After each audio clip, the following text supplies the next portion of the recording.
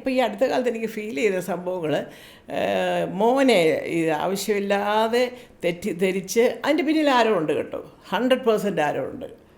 അല്ലാതെ ഒന്നും കേരളത്തിലെ ജനങ്ങൾക്ക്, അതായത് അക്ഷരാഭ്യാസമുള്ള ജനങ്ങൾക്ക്, ഈ കൂലിയെഴുത്തുകാരല്ലാത്തവർക്കറിയാം അങ്ങനത്തെ ഒരു വീട്ടുകാരല്ല അവർക്ക് അതിൻ്റെ ആവശ്യമില്ല എന്നുള്ളത് നന്നായിട്ടറിയാം. പ്രത്യേകിച്ച് പൃഥ്വിരാജൊന്നും ഒരു ഈ വേണ്ടാത്ത കമൻസിനും ഒപ്പം ചെന്നിരുന്ന് സംസാരിക്കുന്ന ആളല്ല. അത് അവിടെയുള്ള എല്ലാ സൂപ്പർ മെഗാ സ്റ്റാറുകൾക്കും അറിയാം. അവന് ഈ നുണ പറയാനൊന്നും കിട്ടത്തില്ല കൂടിയിരുന്നത്. അതില്ല, അതുള്ളവരുണ്ട്, അതിനകത്ത് വേറെ ആൾക്കാരുണ്ട്.